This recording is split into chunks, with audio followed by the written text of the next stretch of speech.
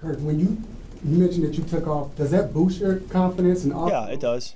With the coaches, do you hear from them afterwards, Kirk, we can't do that? Or No, I think it does boost my confidence. I think it probably boosts the team's confidence. It's funny because we're competing against the defense, so they're not really rooting for me. And I took off and gained like 6 yards, and I've never heard an opposing sideline so happy. They were, yeah, Kirk, heck yeah. They were high-fiving me, as I was running back to our huddle, so that was kind of funny. But it goes to show how at the end of the day we're all in this together, and they were excited to see it. I think you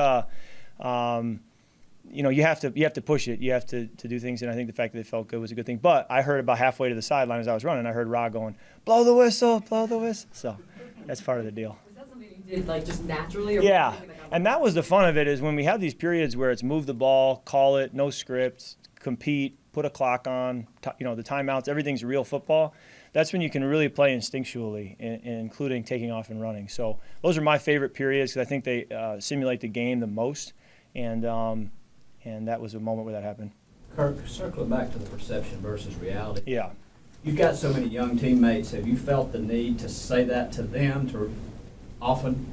Yeah, like when we went down to see John Gruden, that was a big message, that we were saying to each other is hey, we've got to work. We've got to do trips like this on the weekend to put in the extra time, to make up for lost time so that we do have the success we're wanting to have. And I think that's been a conversation going into camp, during camp. Darnell Mooney's locker's next to mine, and that gives me a chance, post-practice to kind of get feedback from him. I think he feels that way. And,